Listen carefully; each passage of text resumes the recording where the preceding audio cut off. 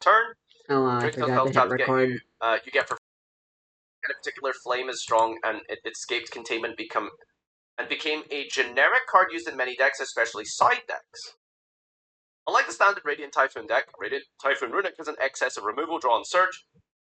Almost all those extra cards are quick plays, attack on the opponent's main deck.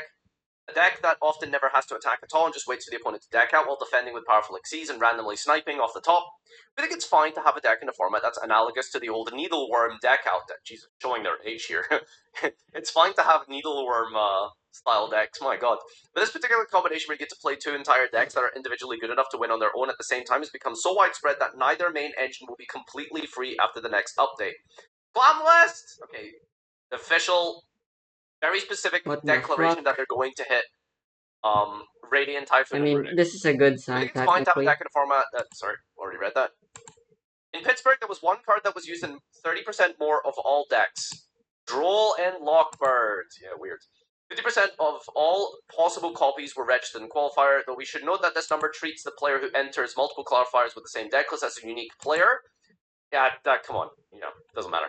Looking at how many copies were in the Invitational itself, where the players were actually unique, 63% of all the possible copies were played. Nice.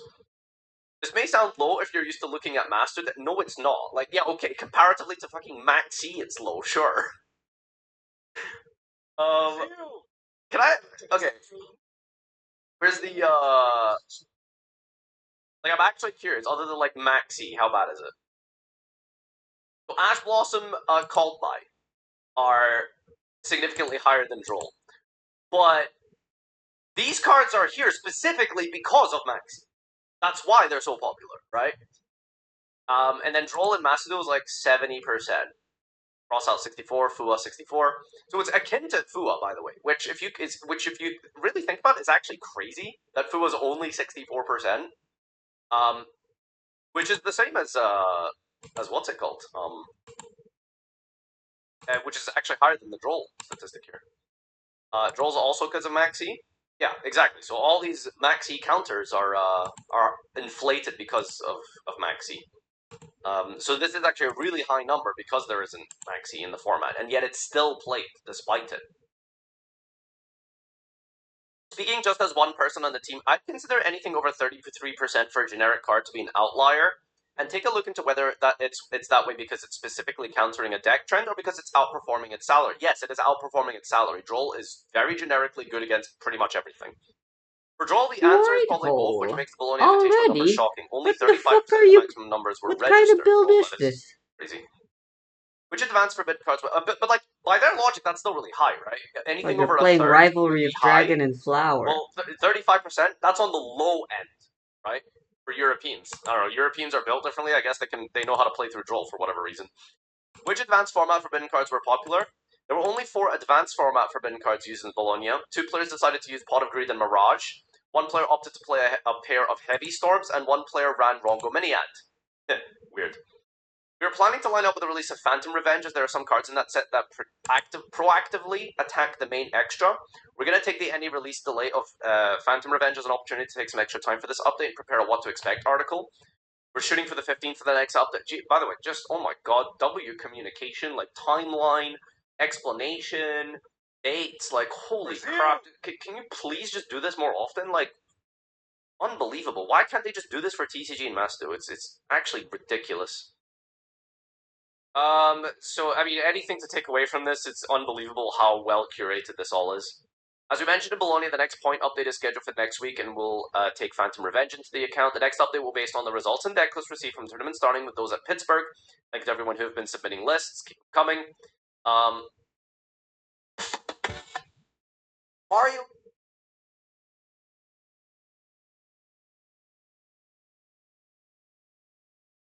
At Pittsburgh. Thank you to everyone who have been submitting lists. Keep them coming. So everyone knows, we do give the strongest way to complete submissions from tournaments as in Best of 3, where we see all the lists, since that's the most accurate way to compile census data on who's playing what and how often. But all the information is useful as we keep looking to what the heck everyone is building. Heck? They put heck in an article? Heck? Smiley face? Once again, adjustments fall into several categories. This includes cards both on a deck level and an individual level. For example, Dracotail's performance as a deck since October puts it in line for increases, and Droll's performance as an individual card puts it in line for an increase as well. More so in any in Europe, which is interesting. They're going to further nerf Dracotail, and they will nerf Droll. How much, though, are they going to nerf Droll? What is Droll currently? 5? Is 10 enough? Like, what number does Droll need to go to? Like, 15? 20? 25? I think they got it to they got to put it to at least like 20, honestly. Maybe 50 or relax. As always, this is the most important criteria and fundamental principle of Genesis. Cards seeing excessive play see their costs go up and other cards come down while keeping OTKs boxed out. Everything listed is just part of our initial ongoing early access tuning, and once we exit early access, it will be a bit different. We'll be talking a lot about the long-term Genesis plans soon, and those plans are pretty extensive. Wow, okay, Genesis is not just a little experiment. It is here to stay, and it is going to be a fundamental part of Yu-Gi-Oh! Going forward, so that's cool. To put it another way, everything listed below is going to be a performance outlier unless we hit it now. That's what early access is about, setting up the initial points list, and once we exit early access, the purely census approach will take over. You never Although told we us still it need to was assign some early points to the cards access. right out of the gate, which isn't perfect, see branded, which is good. You know, I just hope they actually do pre-hit decks more proactively and don't take the approach of, well, you know, it's a new deck, we need to make sure that people can buy the cards. Which obviously is important to some extent, but, you know, I don't want to see a situation where it's like, okay, yeah, well, clearly Dracotail is best deck, or Ryziel is still, Onomat is still best deck. I don't We think mentioned it's a Runic good last time, but this idea to try category to also includes out Hekahand, defense. Gaigas, Xeno, Toon Clip, Toon Q from Phantom Revenge, which proactively strike out or steal cards from the deck and extras, so we're hitting them in advance. Wait, they're hitting all of these cards in advance? That's a lot. Cards that multiply excessively. Dodo Warrior is the poster card for this category. So Dodo Warrior is getting a hit. I think that's the only card hit in Onomat, by the way. It's like 7. Cards that insulate turn 1 combos. Players started gravitating en masse towards Crossout and Rafflesia that help you force through your turn 1 combo. The price on these kind of cards at the moment is a bit too much of a bargain for how much you stand to gain. The counters to the counters should be more expensive than the counters themselves. We might need to go into this more in another article. Yeah, man, hand trap should resolve. I don't know what to tell you. Like, Crossout needs to die.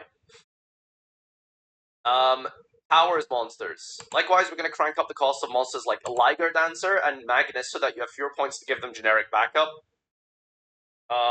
Liger Dancer definitely, but Magnus is like significantly harder to make. Fair. Like, don't forget, like, this card is technically like 10 years old or something at this point. And it's not that simple to summon.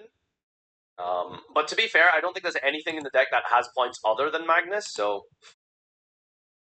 readjusting extra monsters that get you another card. Separate ones that cheat out another extra. These are the ones that just get you another card in the same way. Gaga Gaga Girl, Zen Mighty are both cards in this category. See, this is just like a fundamental flaw with, you know, I don't know if you want to call it flaw, but it's a fundamental practice and aspect of modern Yu-Gi-Oh! Where main deck gets you to extra deck, which gets you back into the main deck.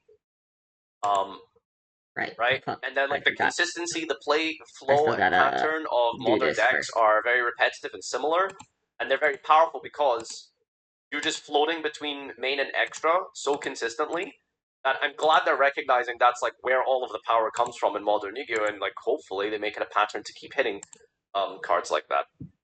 Themes that weren't tempting. Just the points on some themes that were popular internally, but not externally. Dragon Maid, so, yes. Orzo, also, Kenyi, Snake, please no. Ninjas again, and maybe Centurion and Sixam, although they're trickier. What's tricky about Sixam, huh? You don't want them to play, you don't want them to play Portal Durse X? I wonder what they'll do to Sword Soul. Like, so, I got a lot of shtick on my last Genesis, like, rant talking about how I hope the format would have just been lower power out of the box. And I specifically used the example of hat format, and that obviously, like, that pissed so many people off. Now, in the context of hat format, remember that I was playing, like, Infernity and Dragons. Now, those decks aren't exactly going to win against 2020 decks, but they're fairly high level power. When people think of hat format, they think of like a glorified Set Raikou pass. You know, upon evaluation and introspection, I think Genesis would be healthy to be at a power level of like Sword Soul. Sword Soul is a great barometer for modern Yu-Gi-Oh! Where I would like to see an alternative modern Yu-Gi-Oh! Format. Strong, low to the ground, fairly balanced and fair. And I think that deck is like a good, healthy point of what a alternative modern Yu-Gi-Oh! Format should look like. Sword Soul with Protoss. Yeah, no, I'm very famously pro searchable floodgates like that. You're right. That's what I meant. Fire King fall in this category. I mean, I think Fire King is like relatively, fair and control based. There's some like broken aspects to it, depending on other engines, really. But pure Fire King is like I'd say it's like a pretty well balanced deck, personally.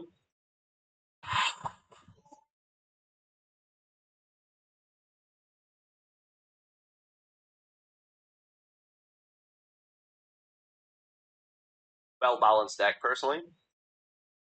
Reweighing some point distributions. An example of this is the adventure cards. Rite of Aramacer, Enchantress are at 5, while the high spec Griffin's at 20. Gladbeast and Crystal are also being looked at for this.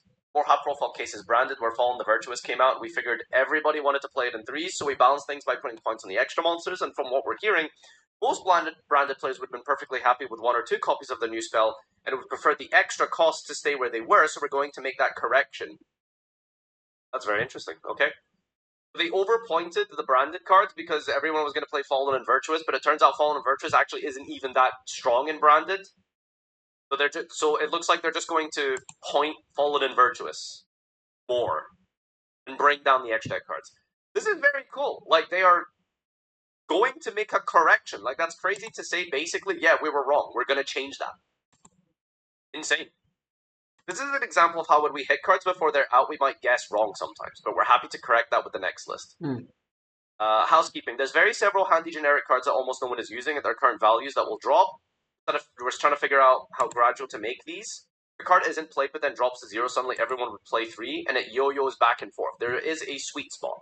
Yeah, I mean, it's a good point, right? Like, you can't just bring a deck from, 80 point total all the way down to 0 immediately and then expect nothing to change, right? Because then clearly that's like a massive advantage. Now you have access to a whole bunch of tools you never did previously. People flock towards the new unpointed list, and then suddenly it might become a dominant, tier 0 deck or something. So what that number will be depending on the deck. So yeah.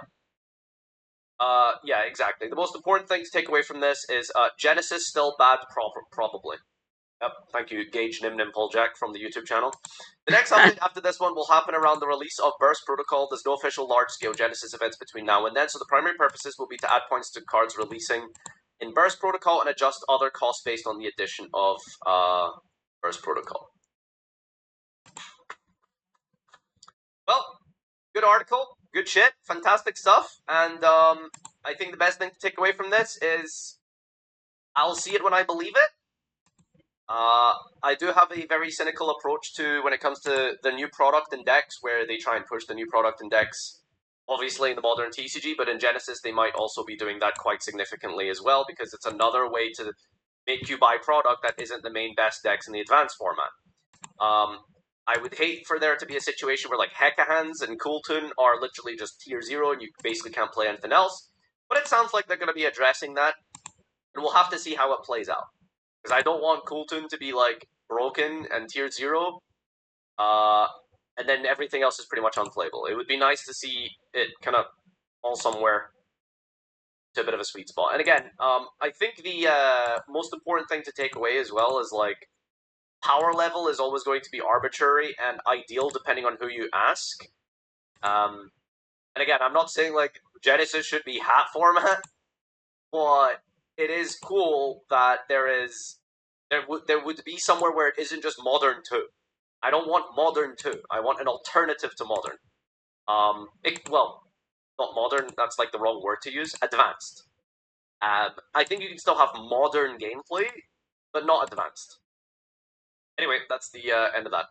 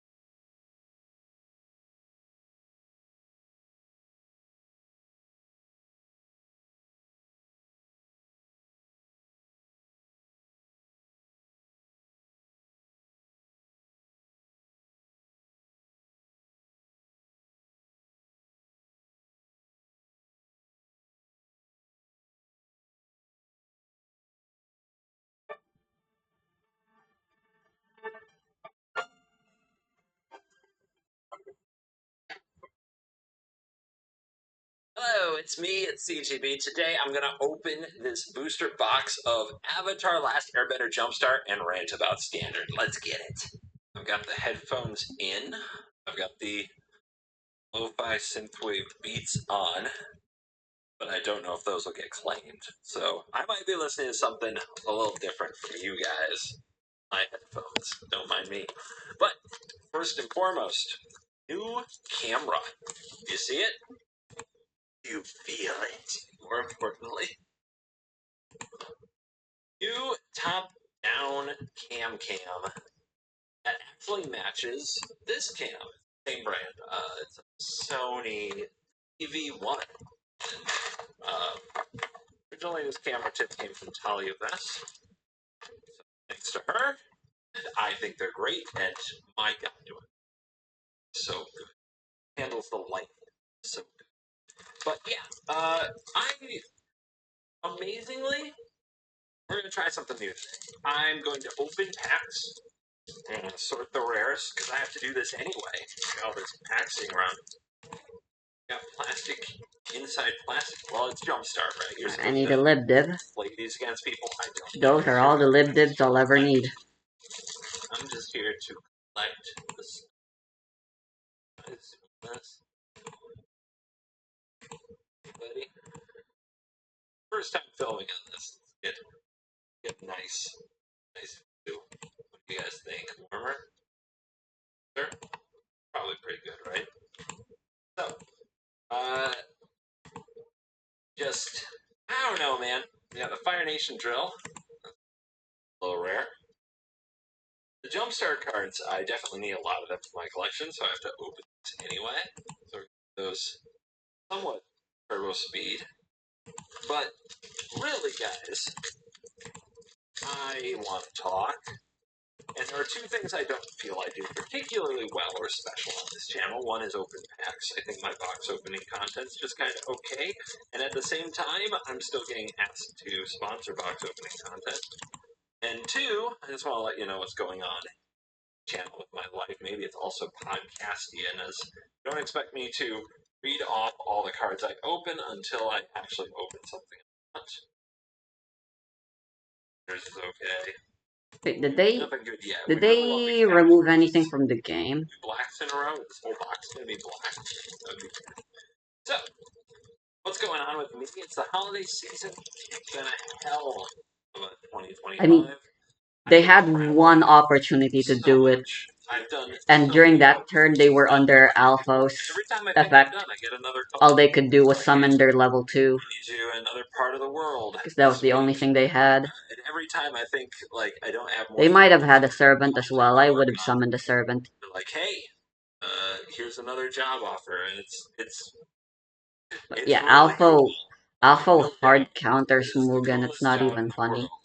But just having no idea what you're going to be doing next week, at any point really, is a lot to get used to. I gotta tell you. But at the same time, they could have gotten away with so much more health if they just played better defenses, like the typical Mugen build would have done. And in the meantime, I've been trying to. Like, seriously, rivalry? I didn't see any greens. Keep making the standard videos that really my channel was built on. That you guys have been watching for years. Thank you so much. Everybody who sent me their YouTube recaps, showing how much of me they watch. Like, that's. You guys are maniacs. How do you watch me so much? I have no idea. But thank you. I appreciate it. And now, dude, standard. Let's go, just a bear. I think I need that one. Standard, you guys.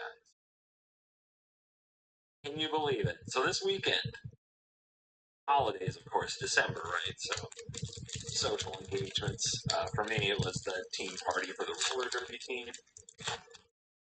And you know what? Worlds. So I have Worlds on. I'm just hanging out at the roller derby team party with a whole bunch of gals. And some of them brought their significant others, and we do have a few other guys in the league. And like we had Magic on one of the screens. people watching it. And I got to answer a lot of questions about, like, what do you like about Magic? And things like that. And trying to explain to them what was great about Magic while watching Is It Lesson Mirror after Is It Lesson Mirror Yeah. after Is It Lesson Mirror. I had people who knew nothing about Magic saying, is it all the same deck all the time? Yes. And no.